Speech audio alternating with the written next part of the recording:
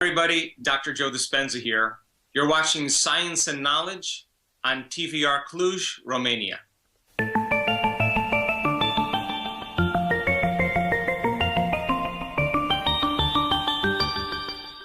Dear Dr. Joe Dispenza, welcome to our Science and Knowledge TV program on TVR Cluj, Romania for the first time.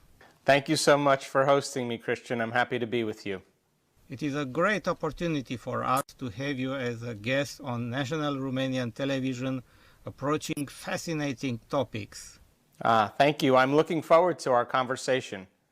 I already made a short Romanian introduction about your training and professional background, mostly on neuroplasticity, brain function, psychology, but also on practical domains like chiropractic. My questions were born not from the view of a healthy individual who never knew the suffering, neither from the view of a suffering individual who never knew what it is to live healthy, but from the view of both of them.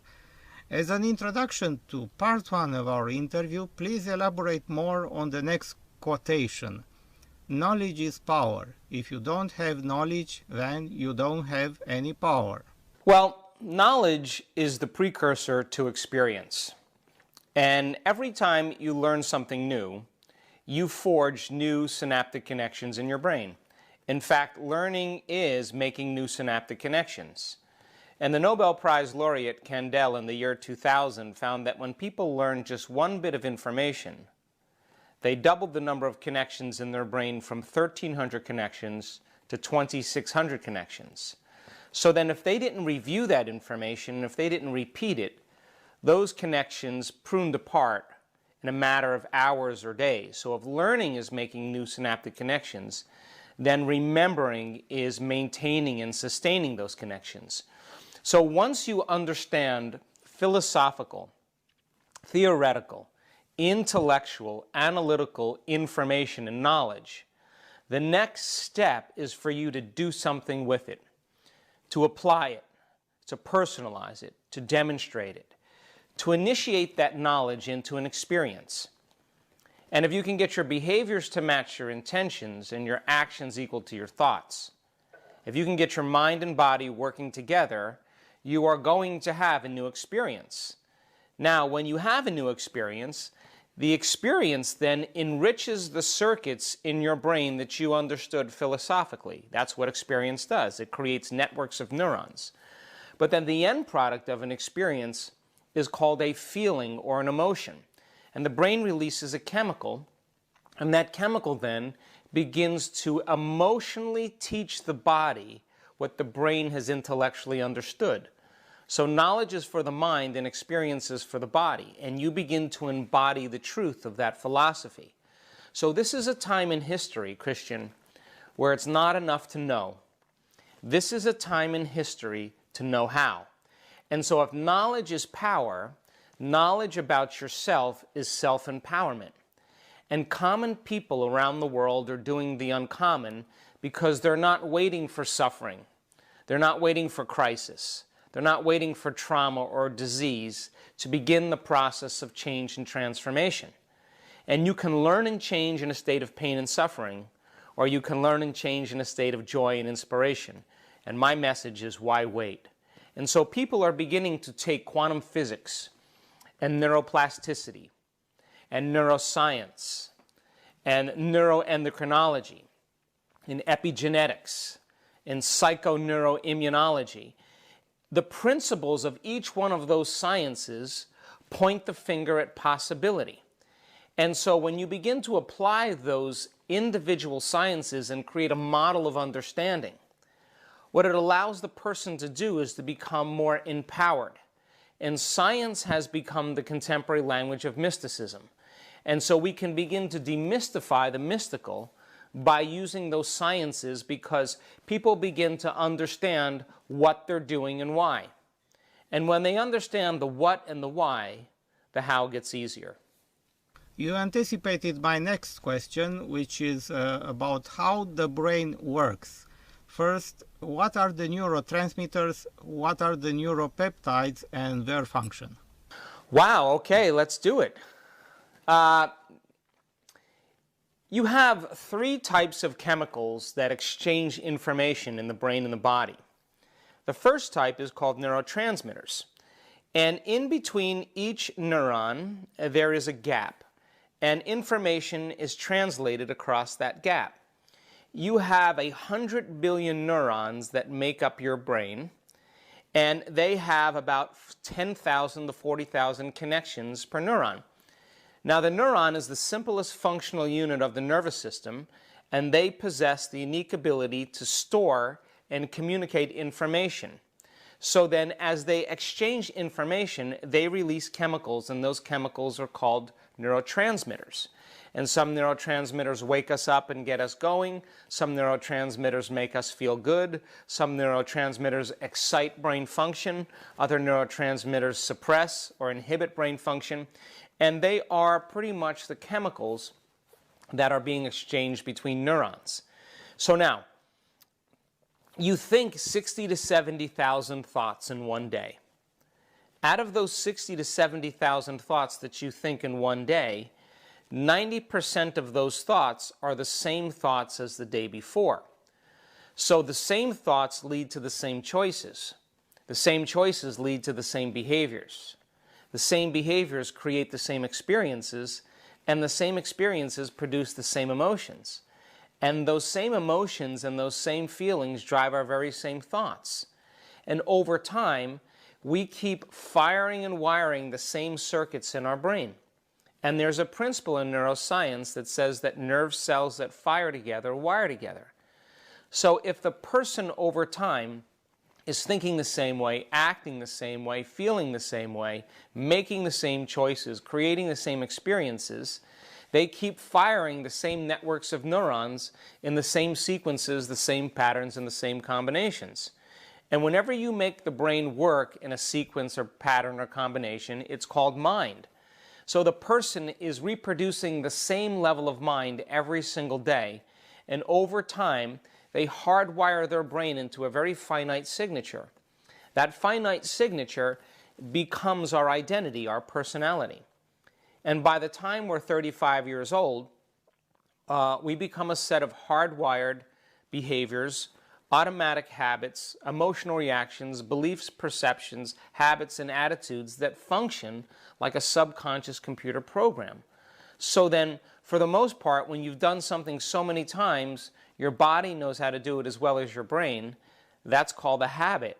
Then most people are in the habit of being themselves. And their biology, their neurocircuitry, their neurochemistry, and even their hormonal expression tends to stay exactly the same. So the opposite is true also.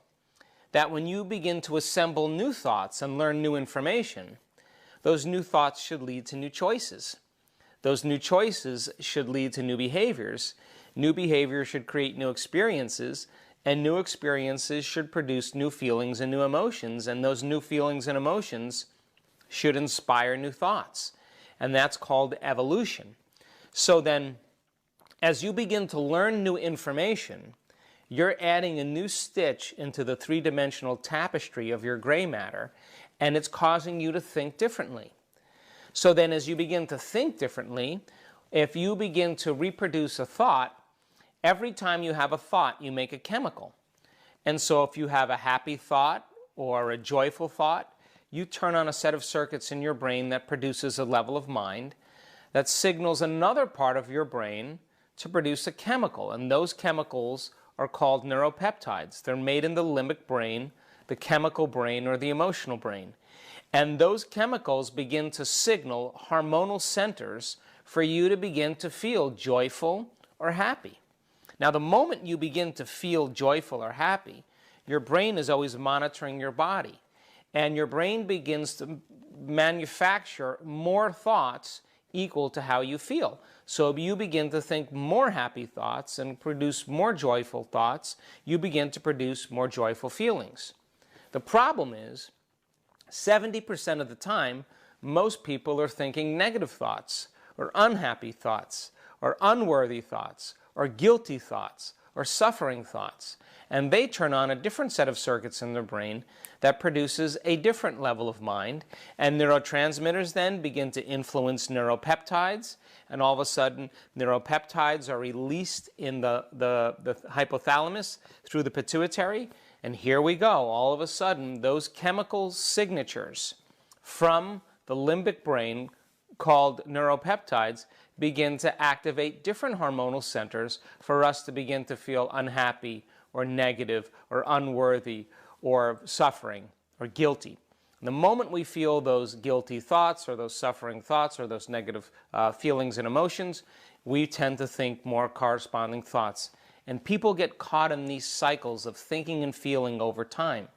And the repetition of that cycle conditions the body to become the mind. And when the body becomes the mind, emotionally, now the body is in the past, because emotions are a record of the past. And so most people then get caught up in these loops of thinking and feeling over time, and it becomes their identity. Please explain what happens once we begin to feel how we think and think how we feel. Your brain is organized to reflect everything you know in your life. Your brain is a record of the past. It's an artifact of everything you've learned and experienced to this moment. And feelings and emotions are the end product of past experiences, and you can remember experiences better because you can remember how they feel. So then if you're feeling the same way every single day, that means nothing new is happening in your life. And if those feelings are driving your thoughts, and your brain is a record of the past, and emotions are a record of the past, then for the most part, you're thinking in the past. And so people get caught in these loops. They think insecure thoughts, and then they feel insecure. The moment they feel insecure, they generate more insecure thoughts. That creates more feelings of insecurity. It generates more insecure thoughts. And they get caught in these cycles of thinking and feeling for 10 or 20 or 30 or 40 years. And so over a period of time, they say, I am insecure. And whenever you say, I am anything, you're commanding your mind and body towards a destiny. Because thoughts are the vocabulary of the brain, and feelings are the vocabulary of your body. And how you think and how you feel creates a state of being. So the person then becomes so accustomed to feeling insecure, so accustomed to feeling guilty, so accustomed to suffering, that when it comes time to change, they would rather stay with that emotion than step out into the unknown, to take a chance into possibility, to leave the familiar emotional states and hardwired neurological programs. And so this is where true change takes place, is being able to live out in that place called the unknown and be able to begin to create a different outcome by thinking differently and feeling differently and changing a person's state of being. And all it requires is a clear intention and an elevated emotion. And you begin to change your biology from living in the past to living in the future. But if someone had been caught on that loop for so many years, 20 years for example, which is unbelievable and unthinkable, someone to remain 20 years in suffering because the girlfriend left him without any rational reason, why can't we change that loop? Well, this is an interesting conversation because experiences that have a high emotional quotient, when you're shocked, when you're traumatized, when something happens unexpectedly and it captures all the brain's attention, the brain takes a picture. And when it takes a picture, it's correlating that picture with a feeling, the emotion from the experience. And what most people don't know is that every time they see that picture in their brain again, every time they reproduce that memory, they're producing the same chemistry in their brain and body as if the event was occurring outside of them. And the brain does not know the difference between an experience in our life that produces an emotion and an emotion that we can fabricate by thought alone. So the body is the unconscious mind. it does not know the difference between an experience in your life that produces an emotion and an emotion that you can fabricate by thought alone. So there's a chemical refractory period that's created after an emotional event. And most people don't know how to control their emotional reactions. And so these emotional reactions can tend to linger for hours and days and weeks and months and years.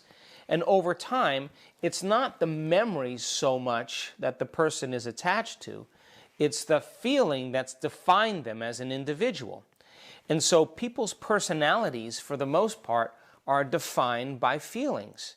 And if feelings are familiar and they're a record of the past, and those feelings are driving people's thoughts, then they get caught and trapped in these states of being. So then the person's not conscious of that. It's just that they've been mismanaging their thoughts and their emotions for a long enough period of time that that's ultimately become their personality. And now here's the problem. They tend to view and perceive reality through that lens of the past. And when they do that, they can't see possibilities in their future. Please tell us about the placebo and placebo response and how does it work? Well, placebo has been my interest now for some time because we have been witnessing in our workshops and conferences all over the world in the last 10 years that people were healing by thought alone, right in our events.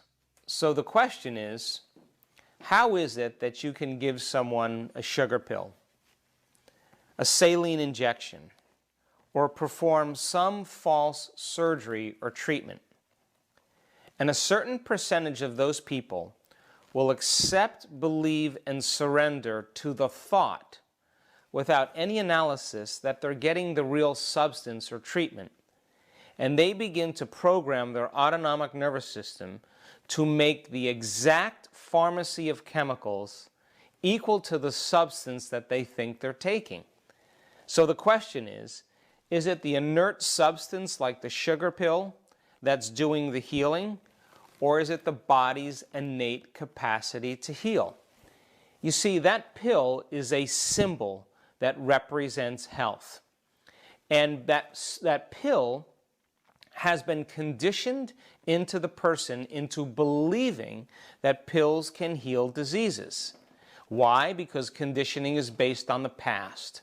So then if a person has taken a pill for the last 30 years, different types of pills to take away headaches, to take away indigestion, to help them to sleep, they begin to understand that that substance outside of them is changing their internal chemistry. And over time, they condition a belief into them. So now the doctor gives them a pill that looks like every other pill, but it's nothing but a sugar pill. And that person is told that this pill could actually heal them. And the moment they see that pill, they begin to create in the brain an image or a new possibility of some new future reality called getting well.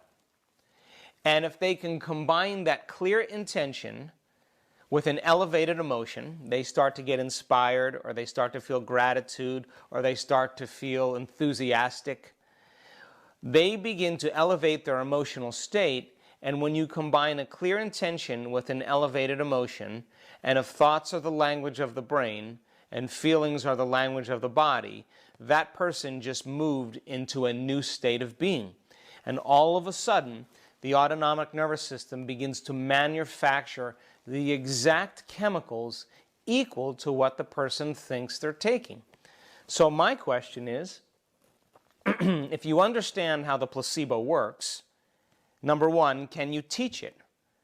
And number two, do you need that sugar pill or the saline injection? Or can a person begin to select a new potential in the quantum field by thought alone and begin to emotionally embrace that future reality before it's made manifest? So much so that the body, as the unconscious mind, is believing it's living in that future reality in the present moment, and they're signaling new genes and new ways to begin to change their very biology. So the exciting part about this is, for an example, 81% of people that are involved in placebo studies for depression, that are given a placebo, 81% of those people get better, and they're given the placebo. So when you look at the brain scans and you see the changes in people's brainwave function and their physiology, it's exciting because it means then if they're getting better, they're making their own pharmacy of antidepressants by thought alone. So then if you can teach people how to do that, you can eliminate their belief in something outside of them that's doing the healing, some known, and begin to select an unknown. And revisit that unknown in mind and emotion over and over again to such a degree that that unknown finally becomes a known in their biology. And then will it begin to produce biological changes? And we've been very excited and mystified, in fact, by the number of people that have healed themselves from all kinds of clinical conditions that even at times medical science had no solution for. So they are beginning to tap the resources of the very power within them to do the healing, the body's innate capacity to heal. Well, I am one of them who did that, but it's a long story. Bruce Lipton told me that 95% of medication are not having any effect, so they are almost like placebo. Yes, I was just with Bruce last weekend. We were lecturing together, and we had a great panel discussion. The facts is that many medications work because of the placebo. Many medications are enhanced because of the placebo. And so the majority of those medications, like when you have systemic changes going on in your body, those chemical changes are targeted very specifically to specific organs and tissues. But when you're given a pharmaceutical, it doesn't know to go to a specific area, it goes to the entire body. And so a lot of times there's side effects that really aren't side effects, they're real effects. And so it's almost better for a person at times to take a placebo than to take a medication and experience a lot of those side effects. In contrast with placebo, there is nocebo. Please explain what that is. Well, the nocebo is kind of like that principle of seeing the glass half full or half empty. So if you give someone a sugar pill or a starch pill or a saline injection, and you tell them that you're giving them a medication, and there's measurable side effects from similar medications, they will begin to experience the adverse side effects from the medication that they think they're taking, but all they're taking, for the most part, is a sugar pill that's inert. So they begin to manufacture the very opposite effects, the side effects of the very drug they think they're taking, which is a very interesting conversation because a lot of those side effects lead to other medications that people take to handle those side effects. And here we go. It becomes more dependency on external substances. Psychology and neurology discovered that at least 90% or even 95% of our personal ego or personality is created by automated, inherited or not, subconscious programs, and only about 5% we are using conscious thinking, creativity, positive thinking, if we like. But the other 90 to 95% don't know what positive thinking is, don't know how much unused power of healing we have, don't know how much biological resources we have. Please explain why on the subconscious level we have too many bad programs and nobody wishes to change them. But think about this. Where most people learn their behaviors and their habits and their emotional reactions are either from their parents, their caregivers, or their exposure to technology and information and television. So what most people don't know is that children are so susceptible to information because of their brainwave patterns up until the time they're about 9 years old. So all information that's going into a child's brain is going in unedited and unanalyzed. And so as they begin to observe behaviors, the observation of behaviors begins to activate what's called mirror neurons in their brain. The mirror neurons in their brain are the very neurons they'll be using to demonstrate the same behavior. So as they watch their parents get emotional and react, as they watch their parents with bad habits, they're paying attention to their primary caregiver because that's where their focused attention is, and they begin to prime the very circuits in their brain and begin to select and ultimately instruct those neurological networks to become subconscious programs that will ultimately run them later on in their lives. Now, when you're watching television, your brain goes into alpha brainwave patterns, and you begin to move into a very suggestible state. As you move into a suggestible state, you can further program an individual because it begins to reduce their analytical or their critical facilities. The other part of that is that we tend to do certain things over and over again. We tend to think certain ways repeatedly. We begin to feel emotionally and react emotionally the same ways over time. And if you keep doing something over and over again, it becomes a habit. Now, a habit is a redundant set of automatic, unconscious thoughts, behaviors, and emotions that's acquired through frequent repetition. A habit is when you've done something so many times that your body knows how to do it better than your brain. So now, most of people's unconscious habits and behaviors are stored in the body as the mind. So now the body becomes subconsciously programmed. So if the person has been subconsciously programmed to be negative their whole life and to feel guilty or unworthy, they can think positively all they want with the 5% of their conscious mind, but if they're feeling negatively, that's mind and body in opposition. So the challenge then is to recondition the body to a new mind. Now, why is this important? Why is it relevant? Because we use the model of meditation to begin that process of change. Because the whole process of meditation is to get beyond the analytical mind and begin to slow your brain waves down so you can move into those subconscious realms and begin to change self-limiting thoughts or unwanted behaviors or limited emotional reactions into more healthy and more unlimited states. But you can't do it with your conscious mind. You have to learn how to get into the operating system where true change can take place. So then the majority of people's programs are stored in the body. What do I mean by that?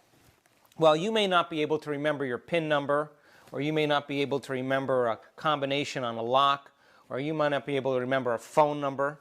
But if you've dialed that phone number or done that PIN number so many times, you'll come a point where you won't be able to consciously remember it, but your fingers will move. Well, how does that happen?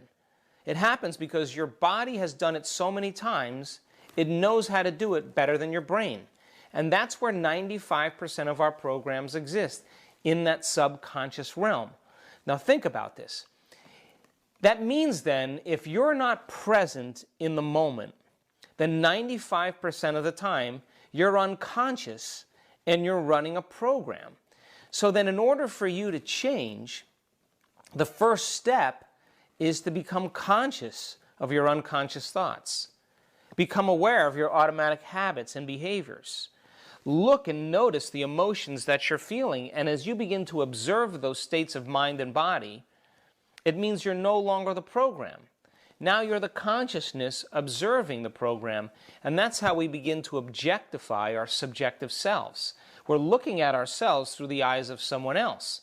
And because of the size of the frontal lobe, the crowning achievement of the human being, that's the latest piece of neurological machinery we have, the seat of our conscience. That's what allows us to observe who we're being, to make changes to do a better job in life. And doing a better job in life and making changes is called neuroplasticity. Because every time you think differently, every time you choose differently, every time you behave differently, every time you create a new experience or a new emotion, there are neurochemical changes that take place in your brain that begin to reorganize the very architecture of who we think we are. There is a metaphor that I'm remembering from my talks with Bruce Lipton, saying that when we stop thinking consciously, then the subconscious takes control, like an autopilot. And then we go on the back seat while the car, which is our body, is automated, driving itself on the autopilot mode. Can you comment on that? Well, that's the way it is. I mean, for the most part, the body as the mind is making the majority of decisions for a person. Why? Because they want to cling to the familiar territory, because if they step into the unknown has always been considered a scary or dangerous place. So then, the moment you start a computer program, the moment you press go, that program runs automatically. So the moment you see your coworker and you judge your coworker or are competitive with your coworker, the moment you see that coworker, you have a hardware program installed, and it becomes a software program. So you see your coworker, all of a sudden the stimulus produces a response, and all of a sudden you run the program of competition or judgment. You see your friend, and you use your friend to reaffirm some addiction emotionally to suffering. The moment you see your friend, you turn on the program of suffering, and then both of you talk back and forth with each other, talking about how much you suffer. You see your ex-girlfriend, and all of a sudden you see her, and the next thing you know, you turn on the program of resentment, because that's how the program runs in the brain and body. So then, as people begin to react to different conditions in their life, or even to extraneous thoughts, they begin to activate these programs. And just like if you're running 20 computer programs on your computer, or your iPhone or your smartphone has at least 10 programs opened, you're going to drain the body's energy. You're going to drain the technology's battery source. So you have to force quit and begin to eliminate some of those programs. And that's what this work is about.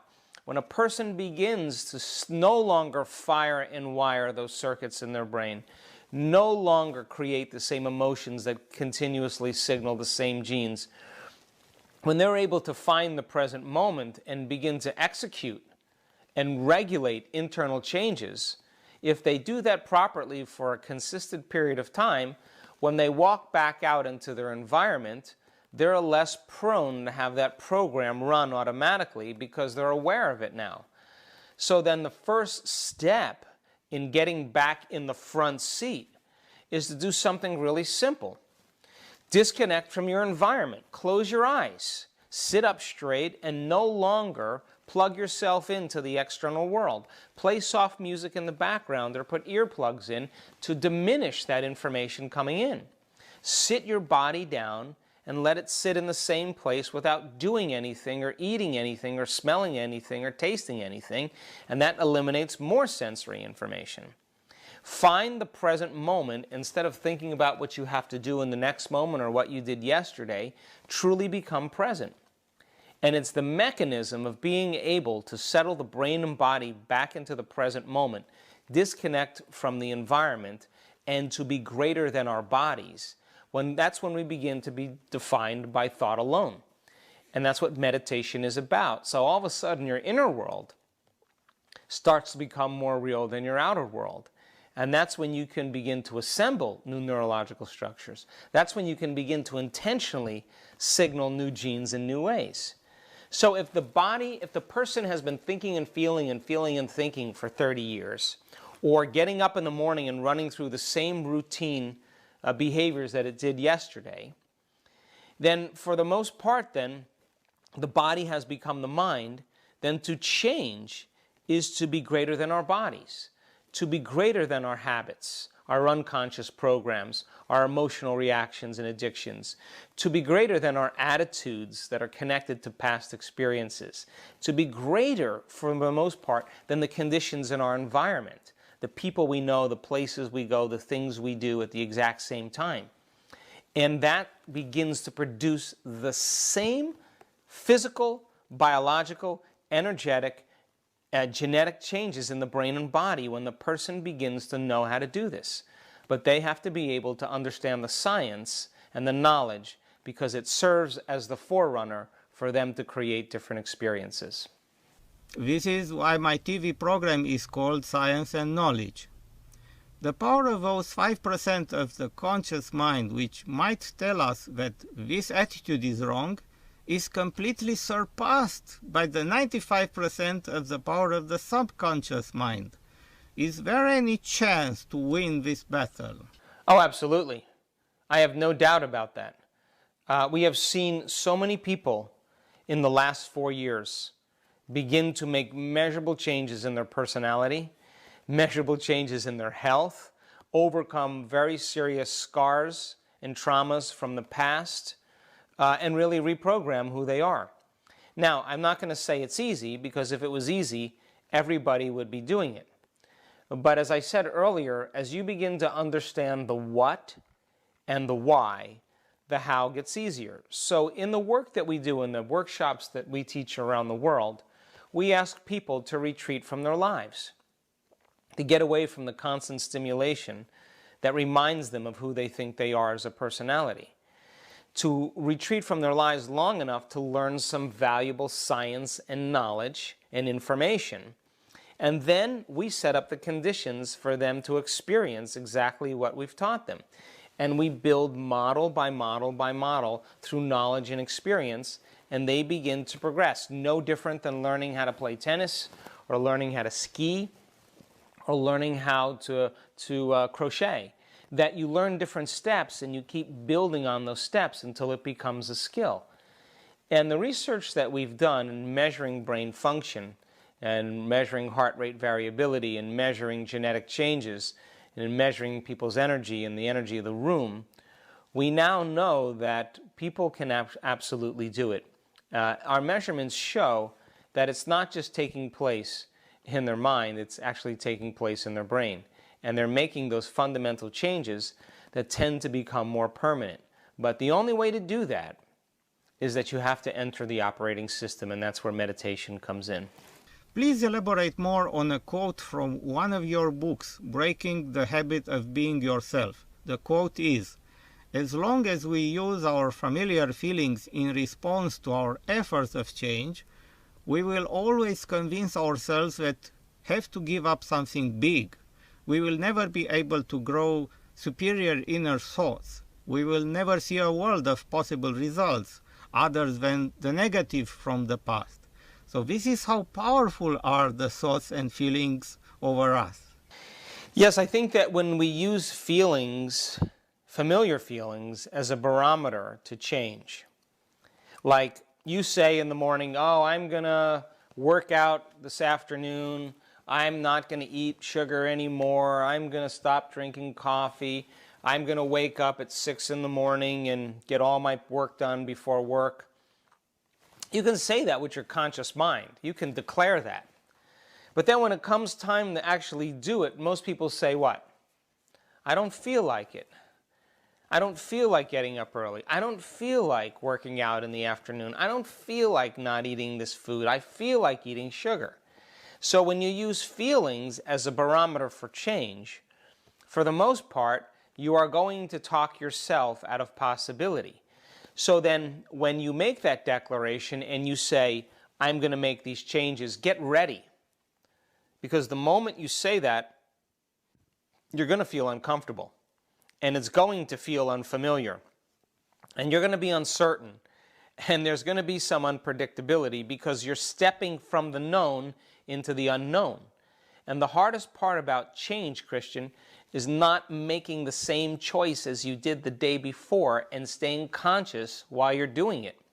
So the moment you go unconscious, you return back to the same thoughts, the same choices, the same behaviors, the same experiences. And why? For the same emotion to reaffirm your identity.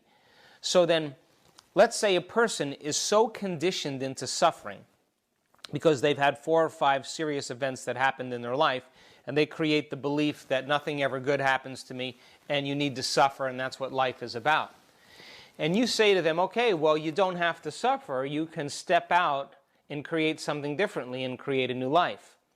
That person may intellectually understand it, but when it comes time to make the effort, they are going to come up against those emotions. And when they come up against those emotions, they have to realize that those emotions are not them. Those emotions are chemical residue from the past.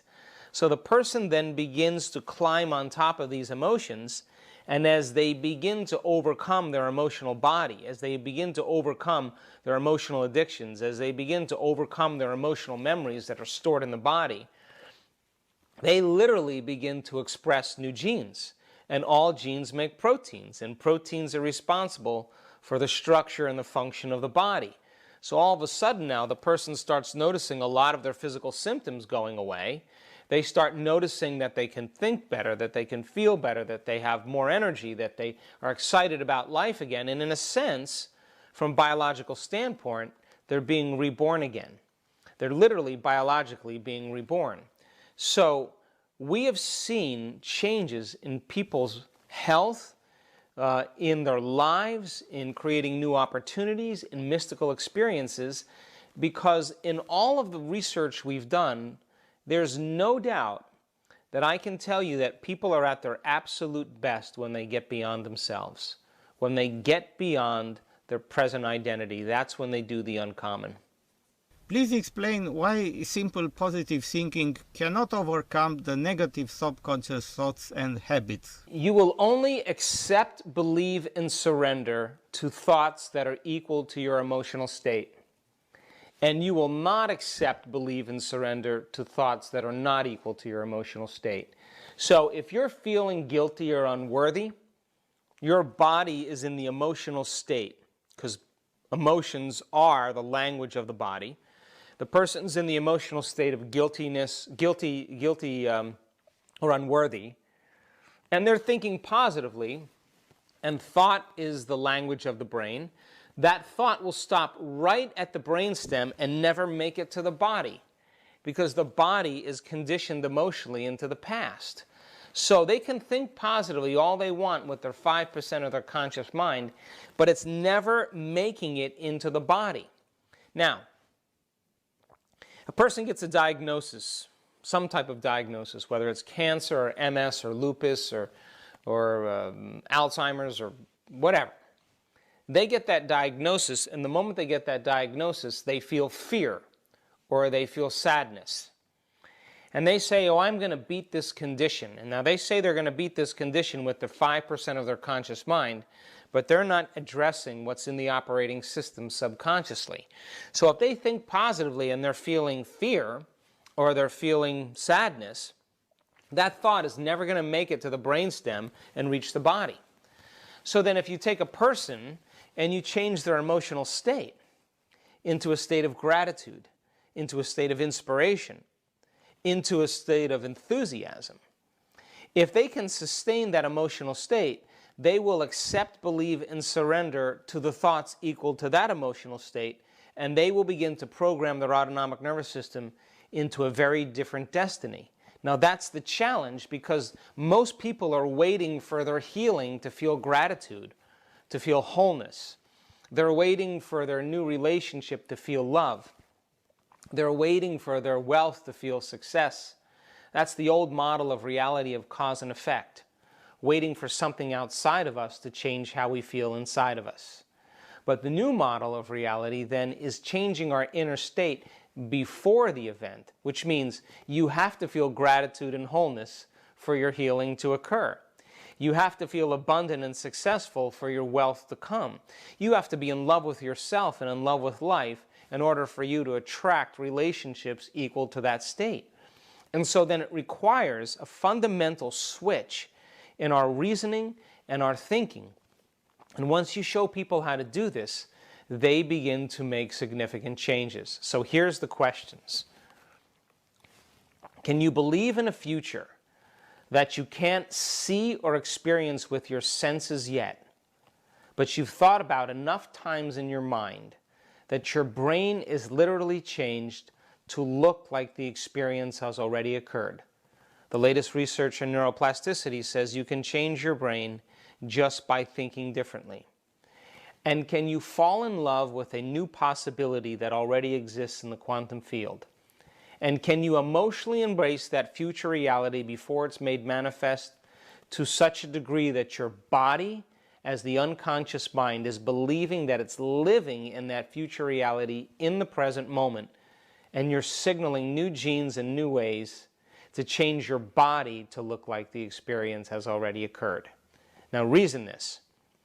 If there's physical evidence in your brain and body to look like the experience has already occurred, physical evidence, it means that the event has already occurred. And this is when people begin to relax, and when they relax and surrender, that intelligence that's giving us life begins to change our body, and that same intelligence that's giving us life is that same intelligence that's causing all the functions of the universe to take place, begins to organize events in our life equal to a new state of being.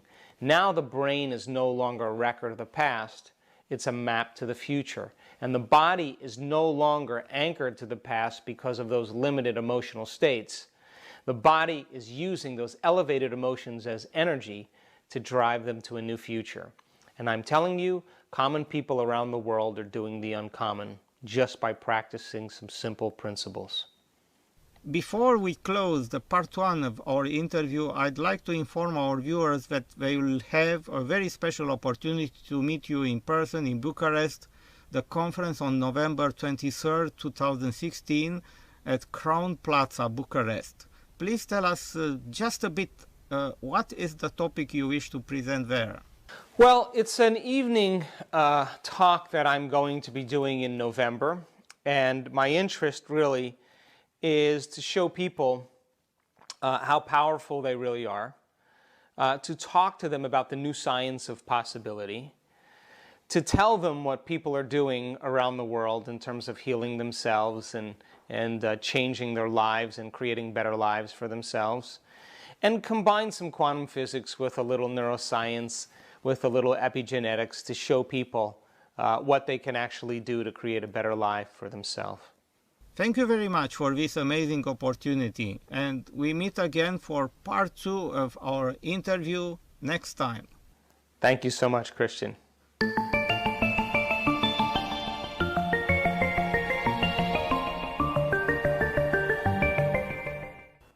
Așadar, aceasta a fost prima parte a interviului cu Dr. Joe Dispenza. Pot să mai adaug faptul că, în calitate de profesor și lector, Dr. Joe Dispenza a fost invitat să vorbească în peste 27 de țări de pe 6 continente, educând milioane de oameni cu stilul său devenit un simbol, ușor de înțeles, încurajator, plin de compasiune, descriind cum oamenii își pot redirecționa creierul și recondiționa corpul pentru a face schimbări permanente. Pe lângă numeroasele cursuri online și televizate pe care le oferă, ține personal workshop-uri progresive de 3 zile, workshop-uri avansate de 5 zile în Statele Unite și peste hotare. Dr. Joe Dispenza este de asemenea profesor la Universitatea Internațională Quantum pentru Medicină Integrativă din Honolulu, la Institutul Omega pentru Studii Holistice din Reneb, New York și la Centrul Kripalu pentru Yoga și Sănătate din Stockbridge, Massachusetts. Este de asemenea președinte invitat al Comitetului de Cercetare de la Universitatea Life din Atlanta, Georgia. Trebuie să mai menționez faptul că informațiile oferite în această emisiune sunt de natură exclusiv educațională și informativă și nu pot fi asimilate în nicio situație unor consultații sau analize medicale de specialitate. Informația prezentată nu trebuie folosită ca alternativa consultului medical realizat de un medic specialist. Producătorul și colaboratorii nu pot fi considerați răspunzători pentru niciun prejudiciu, indiferent de modul în care veți utiliza informația prezentată. Fiți alături de noi data viitoare la o nouă întâlnire cu știință și cunoaștere.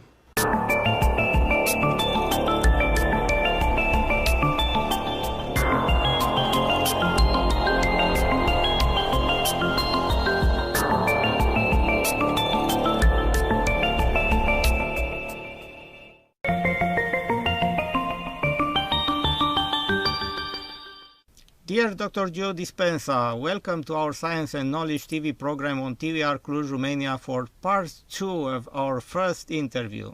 I'm very happy to be back with you. We are now discussing very important issues for the first time on television in Romania, and I am immensely grateful for accepting the interview. Thank you. I'm excited too. Please tell us what is neuroplasticity and how does the brain recognize an image? You have a very amazing and relevant picture, if you allow me to show it, from your book entitled evolve your brain? Sure. Neuroplasticity is the brain's ability to make new synaptic connections. And they used to think that the brain, science used to think that the brain was hardwired, meaning that we're born with certain propensities and we're going to be like that for the rest of our lives. But we are, in fact, marvels of adaptability and change.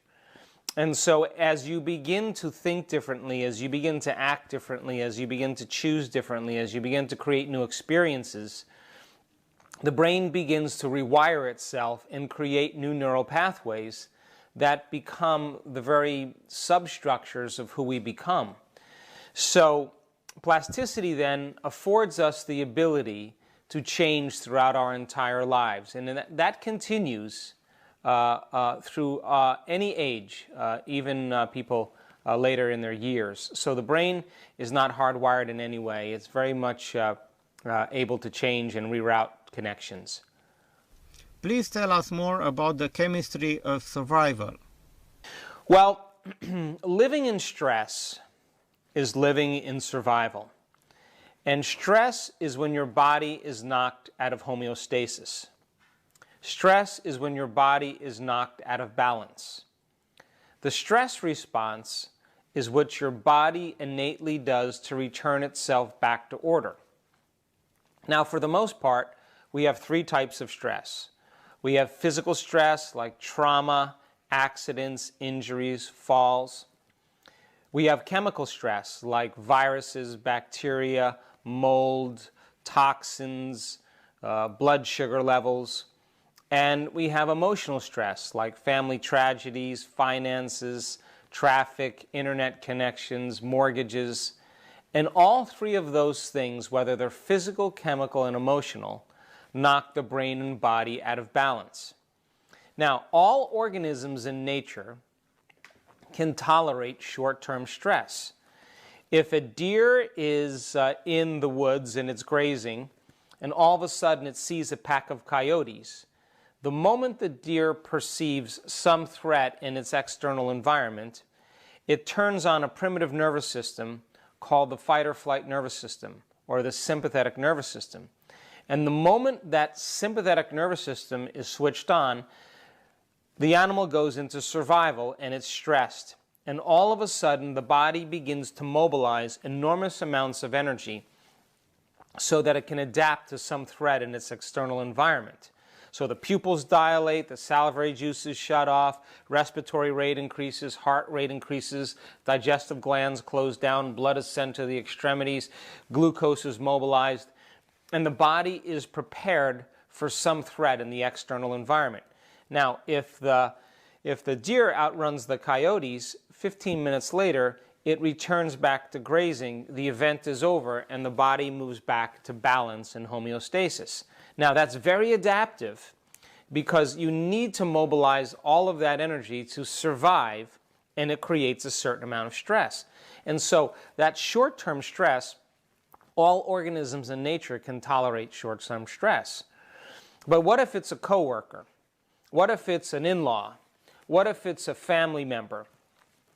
And you keep turning on that stress response because you're perceiving your coworker, you're perceiving an in-law, you're perceiving a family member as if they were a pack of coyotes. Now, what was once very adaptive, all of a sudden becomes very maladaptive. Because when you turn on the stress response and you can't turn it off, now you're headed for disease. Because no organism can live in survival mode or emergency mode for extended periods of time. Because as you mobilize all of this energy for some threat in your external environment, there's no energy in your internal environment for growth and repair. There's no energy for long-term building projects. There's no energy to restore the body back to balance because we've mobilized and used the majority of it in survival. So then, what makes it so unique is that human beings, because of the size of the neocortex and the frontal lobe, we can turn on the stress response just by thought alone. You can think about your problems. You can think about what happened yesterday. You can begin to worry about something that's going to happen tomorrow. And by thought, you can turn on the same stress response as if you were being chased by a pack of coyotes. And so then, as we turn on the stress response by thought alone, the very chemicals of stress give the brain and body a rush of energy, a rush of adrenaline. And that rush of energy and rush of adrenaline causes us to become addicted to those very chemicals. We become junkies to those very chemicals. And so then we begin to use the problems and conditions in our life to reaffirm our emotional addictions. The poor relationship, the bad job, the news, finances, whatever. We keep turning on that stress response just so that we can get a rush of adrenaline. And so then an addiction is something you can't stop. And so the emotions of anger, frustration, violence, war, hostility, fear, anxiety, worry, sadness, pain, guilt, unworthiness, suffering, depression, they're all created by the hormones of stress. And psychology calls those normal human states of consciousness. Those are altered states of consciousness. And so it's a scientific fact that the hormones of stress downregulate genes to create disease. And I just said that we can turn on the stress response just by thought alone, which means then your thoughts could make you sick. So the question is, if your thoughts could make you sick, is it possible then that your thoughts could make you well? And if the very chemicals of stress mobilize all this energy to cause us to become addicted to that rush of adrenaline, and we can turn on the stress response by thought alone, is it possible that we become addicted to our own thoughts? And if we use the conditions in our life to reaffirm our emotional addictions, is it possible that we become addicted to the very life that doesn't work for us? So then as people begin to become aware that they're living in survival, for the most part, on a minimum 70% of the time in their lives, then all of a sudden now when they begin to make changes for themselves, just like an addict who's overcoming heroin or overcoming some drug, there's going to be some withdrawal because the body has been conditioned emotionally. So as the person begins to make those changes, their body goes into a little bit of disturbance because the body is looking for the very chemicals to reaffirm their identity. And so the work that we do teaches people how to lower the volume to those emotional states. And it is the process of being able to temper those emotions and begin to overcome them that literally frees the brain and body from being in the past. So most people overutilize the survival systems and they're overstressed.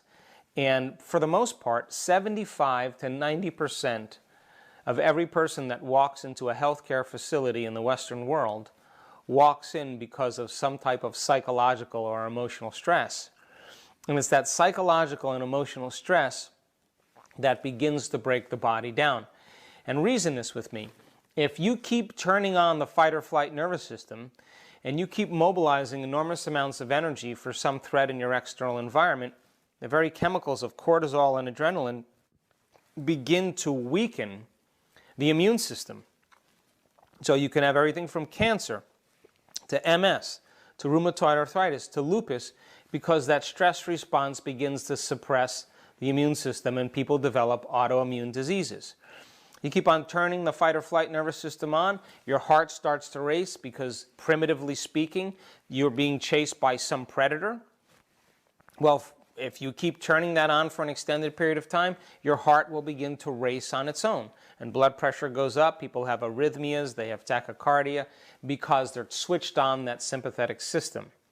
If you keep turning on the fight or flight nervous system and you're mobilizing all this energy to your external limbs, and you're shutting down blood flow and energy to your internal organs, you could eat the most organic, vegetarian, healthy food, but your body is not in the proper state to even break that food down because it's not a time to digest when you're being chased by a tiger. If you have infertility and problems with with sexual organs, because if you're turning on that fight or flight nervous system, it's not a time for long-term building projects. It's not a time to grow a baby. It's not a time to procreate because there's danger out there. And I can go on and pretty much name most conditions, pain in the body. 80% of people in the Western world experience some type of back pain or musculoskeletal pain. Well, when you mobilize all this adrenaline and you're not using it to run, and you keep that adrenaline released into the body, it makes its way into the tissues and it hardens the tissues. And over time, people develop spasms and contractions and pain, and it's all created by the chemicals of stress. And I could go on, but for the most part, it's those very chemicals that begin to break the brain and body down. And teaching people how to overcome their stress response and to be able to mediate it and regulate it is where the change really begins.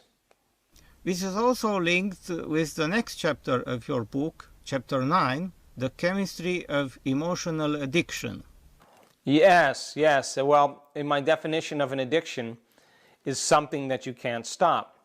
And the moment you perceive a threat in your external environment, real or imagined, the moment that thought signals the limbic brain, and the limbic brain starts that process, the moment that occurs, all of a sudden your perception will be altered. And as your perception is altered, you're in a state to either run, fight, or hide. And people spend the majority of their time living in this state. And they're either aggressive, they're guilty, or they're suffering, or they're hiding in fear. And so teaching people how to get beyond the very chemicals of survival allows them to live healthier and better lives. When I read through the book, I learned that a clear intention and an elevated emotion produce some pretty significant physical, biological effects. Can you explain this concept for our viewers a bit further? Well, we talked about those emotions of survival, all of those limited emotions, from hatred to anger to frustration to guilt to shame, unworthiness, fear, anxiety. Those are all created by the hormones of stress. And that's when we begin to draw energy from a body's vital field and we turn it into chemistry, and the very field around our body begins to diminish. Now we are more matter than less energy, more particle in quantum physics, less wave. And now we begin to become matter trying to change matter, because the very chemicals of survival force us to become materialists, defining reality with our senses. And so when we feel more like matter and less like energy, we're always going to try to force outcomes in our life, control outcomes in our life, predict outcomes in our life, compete for outcomes in our life, because we're matter trying to change matter. This very principle of living this way for an extended period of time then begins to tax the body and draw its vital field of energy from it.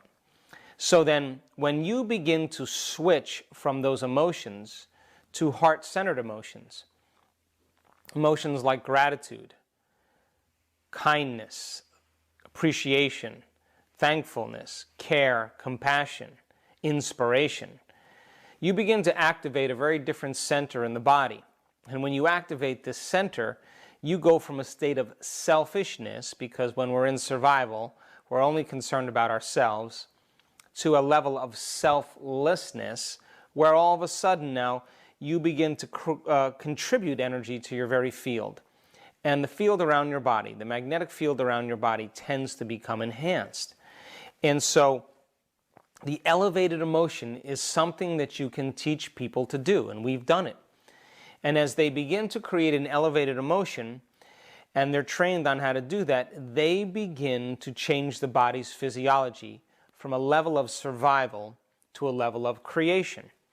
And so as they're moving out of their anger and moving out of their fear and moving out of their guilt and suffering into an elevated emotion that's a heart-centered emotion, they begin to contribute to the field around the body.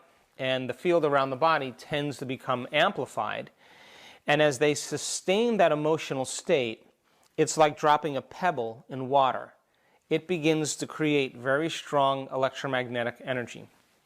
That magnetic field that's created is a frequency. So that frequency then carries information. And as they begin to put a clear intention in their mind with an elevated emotion, they begin to change the very energy that surrounds their body.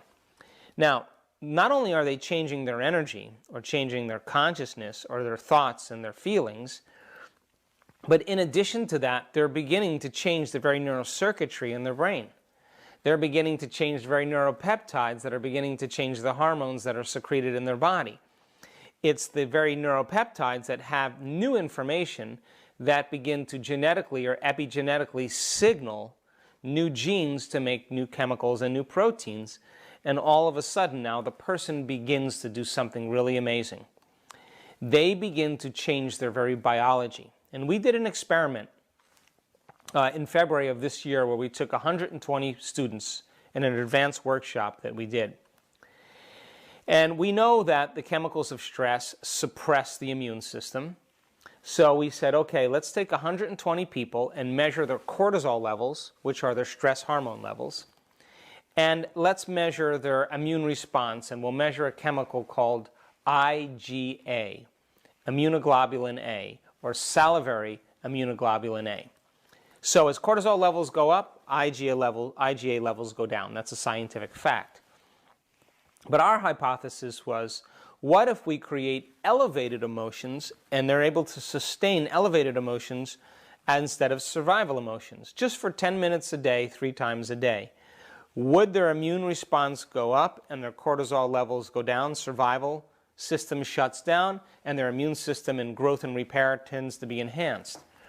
And at the end of 4 days, when we measured 120 students, their cortisol levels went down 3 standard deviations, which is very significant.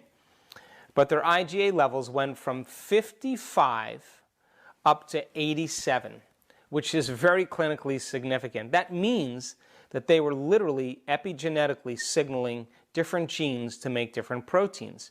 So even 10 minutes of gratitude a day, just for a few days, will begin to create a stronger, healthier immune system. And IgA is the primary defense against bacteria and viruses.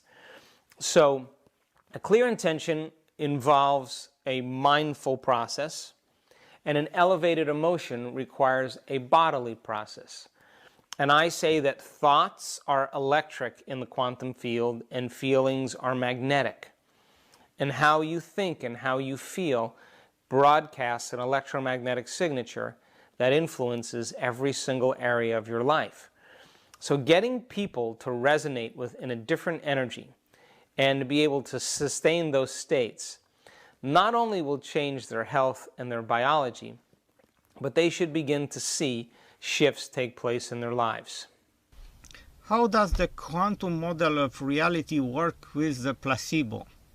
Well, what makes the placebo so unique is you're using a pill to influence people to see possibility, to view a new possibility about themselves and their lives by thought alone. Now, the quantum field is an invisible field of intelligence that exists beyond this space and time. There's no objects there, there's no people there, there's no things there, there's no matter there. It's an immaterial field of light and information. And so it's the realm of possibility, and possibility is thought. So when a person begins to be introduced to a placebo, when they're introduced to the placebo is a symbol of possibility. They're selecting a new possibility in the quantum field. They don't know they're doing that, but they're thinking differently, like, I think I can get better, or this should help me, or I'm looking forward to playing with my grandchildren again, or gosh, maybe I can go on that vacation, or maybe I won't limp anymore. As they begin to image in their mind a new outcome, that's called a clear intention. And so then intention does nothing to change the quantum field. Intention is one element.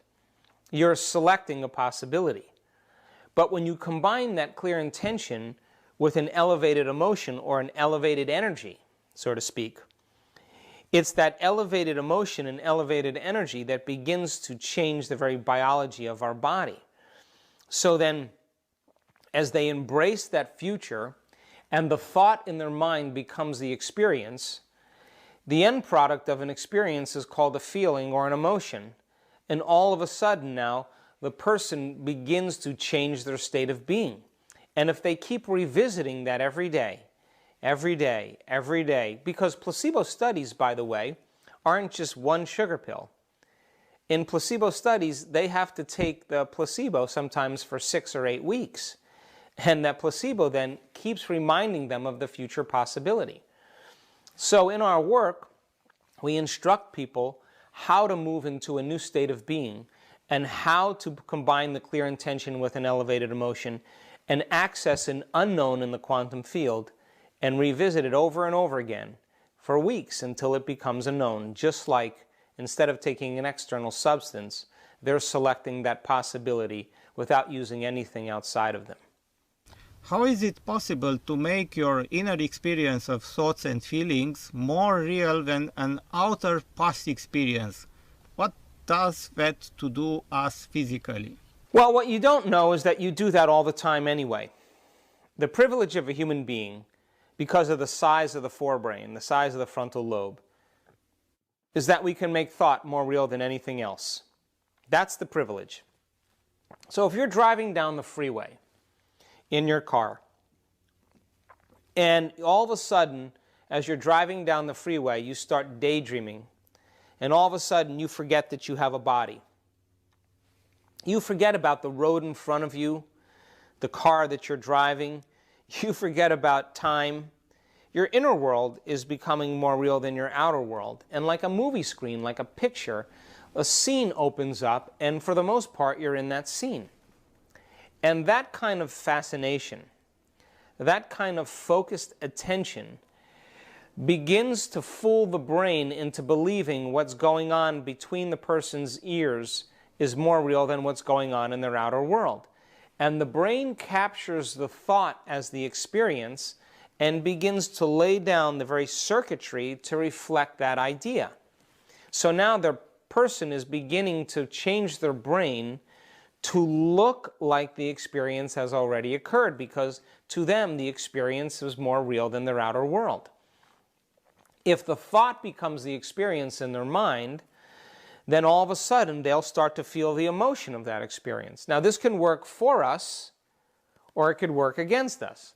So if you're driving down the road in your car and you're thinking about going to work and telling off your coworker, or arguing with your boss, or writing a nasty email, or facing off with a team of people that don't like your ideas, whatever it is, as you begin to rehearse in your mind the scenes, and you're beginning to experience the emotions that go along with it, because the thought that you're thinking is the experience, by the time you get to work, you could be angry, you could be aggressive, you could be frustrated, you could be bitter, you could be judgmental, because you changed your brain and body in preparation of that event, but you did that by thought alone. Now, the actual opposite is possible too. If you began to image yourself feeling healthy and doing the things that you love to do, and beginning to see yourself in the same way, living a healthy life, and you began to emotionally embrace what it would feel like if you were that way, is it possible then you could do the antithesis of what you did in the first example? Could you change your brain and body to begin to become more healthy and feel more emotionally balanced and begin to release different chemicals in your brain and body that would begin to repair and regenerate your physical structures? And the answer is absolutely yes. But the majority of time, people are always anticipating the worst thing that's going to happen in their life based on what happened in their past. And so when they're living in survival and they're living in these states, they're selecting the worst case scenario and getting ready for it, because if anything less happens, they have better chances of survival. So we want people to do the exact opposite. We want them to begin to obsess about the best thing that could happen to them, and when they get the training on how to do this, they can begin to change their brain and body and begin to produce more positive effects than negative effects. Please tell us more about neurons and the nervous system. Traveling the original information superhighway. What do you mean by that? Well, what most people don't know is that your nervous system is receiving and sending information all the time. That your nervous system really is the superconductor or the semiconductor of consciousness. And you're always either receiving information or sending information. And so most people are using their senses to define reality, because we have senses that plug us into reality. The more the person is living in survival Christian, the more they are perceiving reality with their senses, the more they're a materialist. The more they feel separate from the quantum field, they feel like reality is right in front of them. So the more addicted they are to the stress hormones, in fact, the more they are materialists, and this is where reality takes place. So the brain is etching and mapping information neurologically from experiences and from what you learn, and that's pretty much a standard process of evolution. But when you're in that creative state, and you no longer are aware that you have a body, you no longer are aware that there's people around you, or there's coffee brewing in the kitchen, or that you have pain in your back, or that you're in your home or in your bedroom, and you're no longer thinking about your appointments later in the day or what you have to do, what you did yesterday, that you're in the present moment. When you get into that elegant state of the present moment, and you become nobody, no one, no thing, nowhere, in no time, that's the moment you become pure consciousness. And that's the moment you begin to interact with this invisible field of information. And as you begin to interact with this invisible field of information, and we've recorded this, it's like the brain is downloading information no longer from its sensory perception, it's downloading information from the field. And we've seen this in enough cases. And all of a sudden the person gets an insight. All of a sudden the person gets a new idea. All of a sudden the person gets a vision. All of a sudden the person has a knowingness about something. All of a sudden the person is inspired by some type of possibility that they never thought of before. And that is the nervous system receiving information from a realm beyond the senses. Now this is that quantum moment, that download that's taking place, where it not only is just an insight, but it's an epiphany. It reaches every cell of the person's body, and they know information is true. They know it to be the truth. And they begin to trust that intuition. They begin to trust that vision. They begin to say, I know that in some way that this is my future. And they begin to make the necessary choices, demonstrate the right behaviors, create the right experiences that literally lead them into a new reality. So that kind of downloading of data that takes place from the field is taking place beyond our senses. It's taking place from the realm of the immaterial and not the material, because that moment that we become pure consciousness is the moment our consciousness begins to merge with the consciousness of the quantum field, which is an infinite field of intelligence. And that's when people start to trust themselves more, and that's when people start to live more healthier and more enriched lives.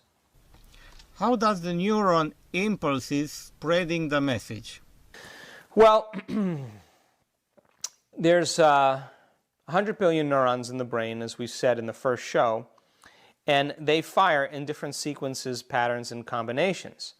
And so when you learn something new, you make a new connection. If you keep adding more information to what you're learning, the neurons begin to assemble into what's called neurological networks. Those neurological networks are kind of the hardware of the brain. But if you keep reviewing that information and firing and wiring those circuits, the hardware becomes a software program, and it becomes more of an automatic neurological network. So you have a neural network to brush your teeth, you have a neural network to drive your car, you have a neural network to speak a language or more than one language, and you will begin to access information in that stored neurological network. But the memory is not only stored in the brain is the pattern of information, kind of the the downward causation, but that energy also, memory also exists in the field as well. So the person's accessing, by turning on that network, information from the field. But once the program, the neurological network, turns on, that neurological network runs automatically. And that becomes pretty much who a person is if they keep doing it. So that's why they can drive their car, drink coffee, text, talk, check the news, talk to their children in the back seat, shift gears. They have all these programs running because all those different automatic neurological networks are working at the same exact time. So being able to combine those neurological networks in different ways is what allows us the ability to create new levels of mind. So as an example, we tell people that they have a lot of skills and things that they do really well in their lives. And we don't want them to eliminate any of that. We want them to take those propensities and characteristics, those skills and habits that are constructive, and use the same neurological networks to build new neurological networks so that they can begin to apply more enhanced information into their lives. So the combination of putting those neurological networks together, creating bigger levels of mind, applying those neurological networks to have greater experiences, begins to enrich the very gray matter of our brain because we're evolving who we are. How does the chemical messengers create the connections? Well, you know, there's that principle in neuroscience is called Hebbian learning. And Hebbian learning says that nerve cells that fire together wire together. So you learn a phone number, and someone tells you their 10-digit phone number, and then you repeat it to yourself. You recognize the first 3 digits because it's the same area code, or say, that you have. And then you kind of remember the next 3 numbers, and then you memorize the last 4 numbers. And you keep repeating the number over and over again, over and over again, over and over again, over and over again. And as you keep firing and wiring, firing and wiring, firing and wiring, you develop a neurological network that is that phone number. And so when you say, oh, what is my best friend's phone number, you see a picture of their face, and by association, all of a sudden the frontal lobe accesses that neurological network, and then it becomes more easy and more automatic for you to use. So the same thing applies if you have a neurological network to be wealthy or successful or healthy or happy or unlimited or mystical or spiritual, whatever it is. It's the process of assembling these levels of mind and keeping them alive, keeping them firing and wiring until they become integrated. And as they integrate more, that becomes your new way of being. You think that way, you act that way, and you feel that way. And how you think, how you act, and how you feel is called your personality. And your personality creates your personal reality. That's it. So then, most people try to create a new personal reality as the same personality, and it doesn't work. We literally have to become someone else. What are the main types of neurotransmitters and what are their function? Well, we have excitatory neurotransmitters like glutamate. That's one of the brain's major excitatory neurotransmitters. That kind of gets us up and going. It gets us stimulated. It excites neurological activity. And then we have inhibitory neurotransmitters like GABA, G-A-B-A, that tends to inhibit neurological function. Now we need both of those, because if you're going to pick up a cup and you only have glutamate activated and not GABA, when you pick that cup up, your hand will go straight up. So as you pick the cup up and you direct it towards your mouth, there's a process of excitatory and inhibitory chemistry going on, so you can direct it right to your mouth. So the brain is the balance between those excitatory and inhibitory neurotransmitters. At the same time, we have other neurotransmitters like serotonin and melatonin.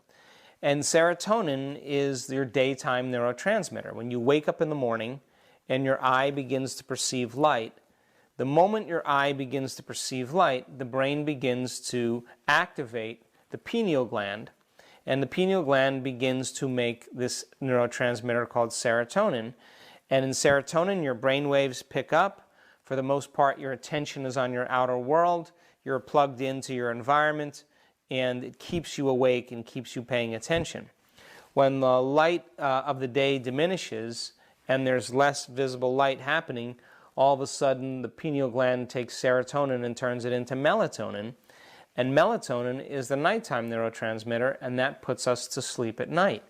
So then if you keep this rhythm of waking up in the same environment going for an extended period of time, you create what's called the circadian rhythm. So all of a sudden your brain and body get entrained into the environment, and you wake up in the morning pretty much at the same time, your brain chemistry turns on, you start your day, and then as night starts to change and the light starts to go along with it, all of a sudden melatonin is created and your body gets in this kind of natural rhythm. The problem is that for most people, if they're living in stress and they're living in high levels of cortisol, the higher the person's levels of cortisol, the less amount of melatonin they make. And that's a very adaptive function in antiquity, because if you're stressed because there's a neighboring tribe that's warring, or there's a predator that's living close to your village, the very mechanism that's created from the hormones of stress and the higher cortisol levels is going to stop you from sleeping, which means you're going to have better chances of survival and you're going to stay awake. It's kind of a primitive mechanism. The problem is that people spend so much time living with high cortisol levels that they don't sleep, and their melatonin levels go down, and melatonin is strongly associated with a lot of the body's innate ability to repair and regenerate. We also have neurotransmitters like dopamine, which activate pleasure centers in the brain. Like if you're thinking about having a nice warm cup of coffee with the right type of milk and the mocha and however you like your coffee, as you begin to look forward to drinking that coffee, you turn on dopamine. Or if you're going to see a lover or a husband or a wife or seeing one of your children, as you get excited or think about seeing them in anticipation, you begin to produce higher levels of dopamine. Then there's ones like acetylcholine that just really, for the most part, have to do with memory formation and just levels of cognition and rationale. But each one of those neurotransmitters are chemical messengers that produce different functions in the brain. You mentioned the glutamate, and in Romania we have a problem with food products which some of them contains too much glutamate, and in time this substance accumulates in the body and perturbs the neuroimpulses.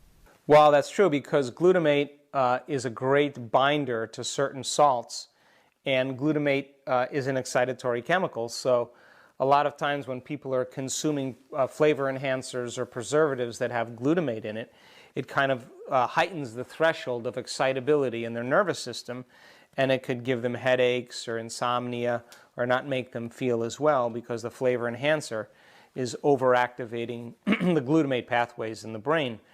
And a lot of times people don't even know that they're consuming glutamate because so many foods and so many processed foods have those flavor enhancers in there, so it can stimulate the brain.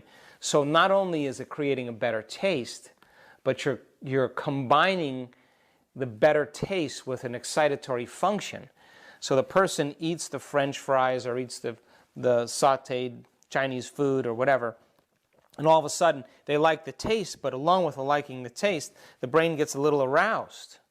And as it gets a little bit aroused and it starts to feel more awake for a short period of time, that person is going to crave that food whenever their brain chemistry starts to change, and you create a dependency just with flavor enhancers. There are a lot of interesting information in your book about neurology. Please tell us about the types of nervous systems and how they work. Wow, okay.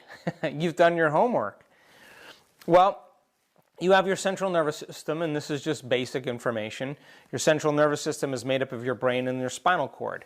Your central nervous system controls and coordinates all other systems in your body. You couldn't digest your food. You couldn't move a muscle. You couldn't void your bladder. You couldn't react to certain chemicals with your immune system without the aid of your nervous system. So your nervous system, the central nervous system is like the electrical wires that run the machine. You have a brain, and the spinal cord is an extension of the brain. And so that's the main processing unit. And wherever you have the most number of neurons clustered together, you have the greatest capacity to learn, remember, and function. So then off the central nervous system, you have what's called peripheral nerves. And those are nerves that connect to the central nervous system that send and carry information to different parts of the body. So some of those nerves, peripheral nerves, are for the most part voluntary nerves, like if I'm going to make a muscle or if I'm going to stand up, I use the peripheral nerves for a voluntary function.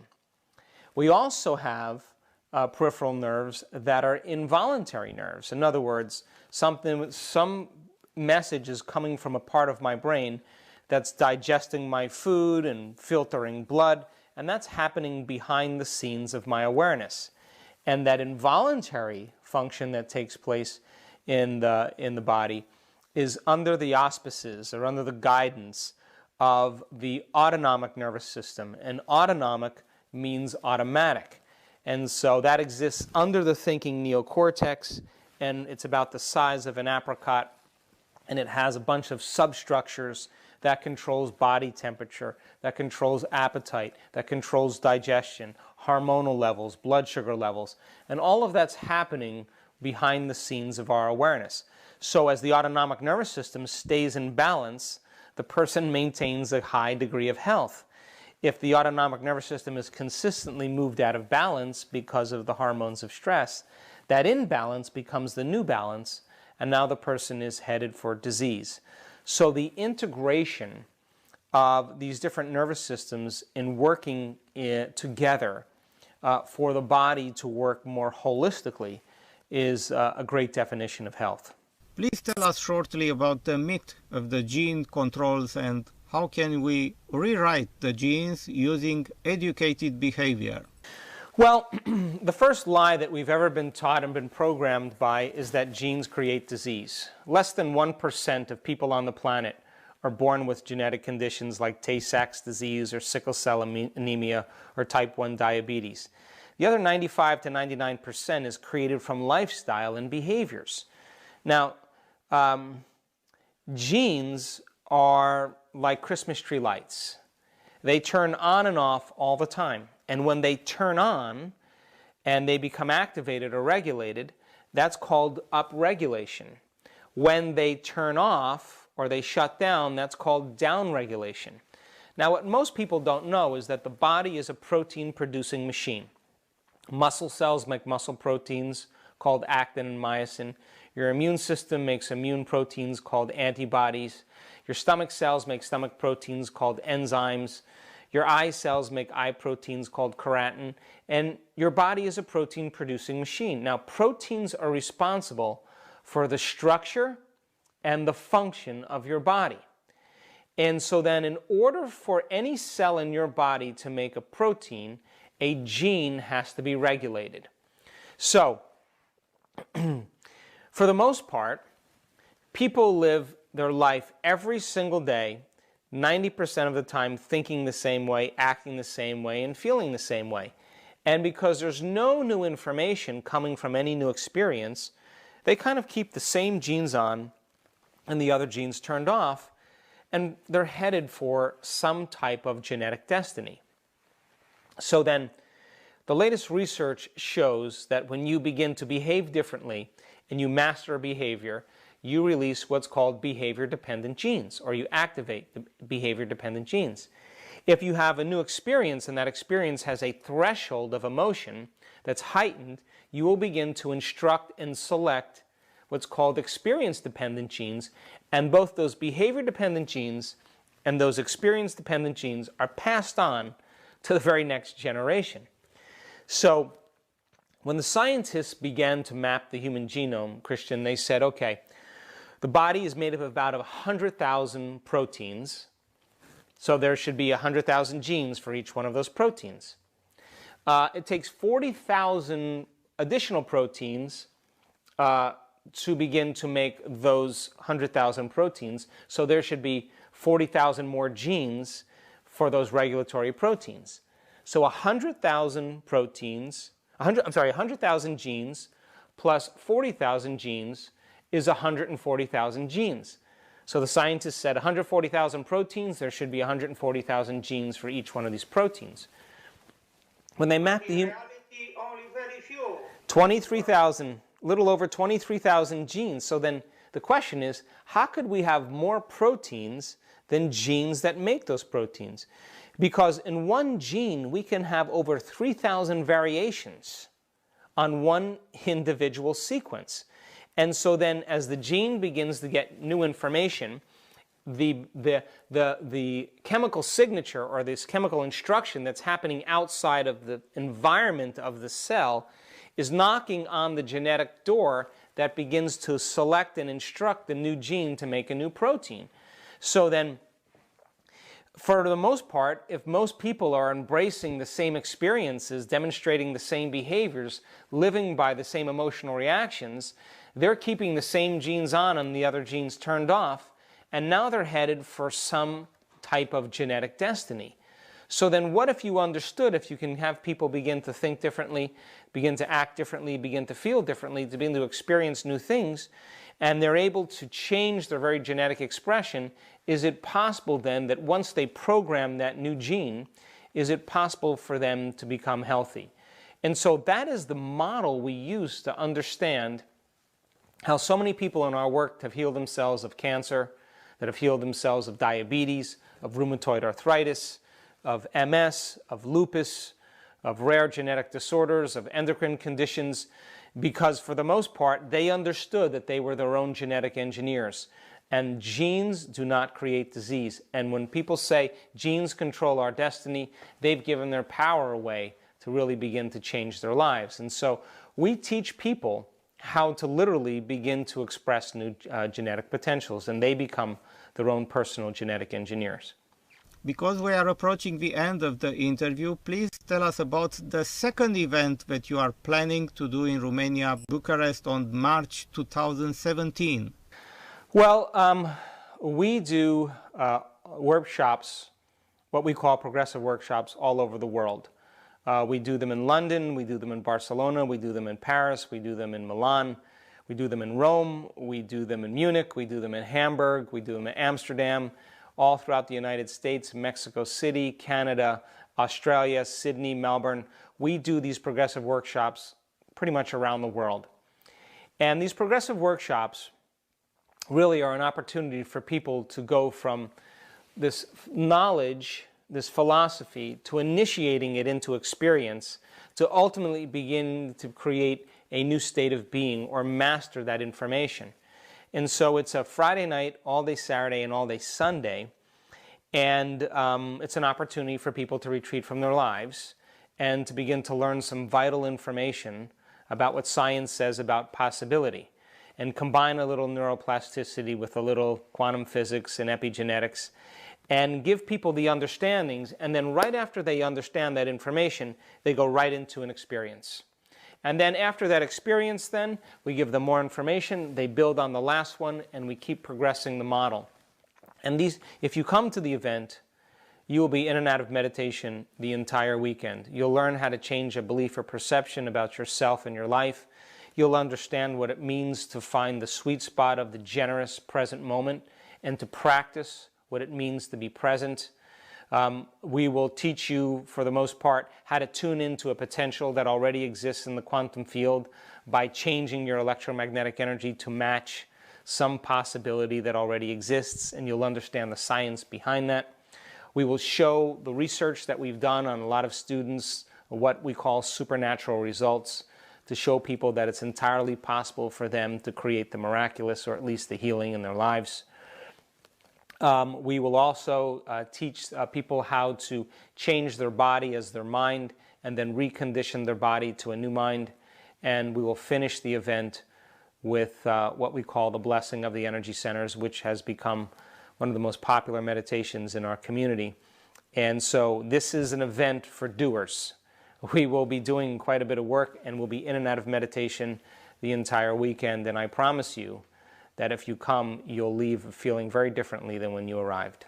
Finally, let me tell you that after broadcasting on TV, all these episodes will be available on my YouTube account, and you may share the links to all English-speaking viewers. Thank you so much, Christian, for passing the message on.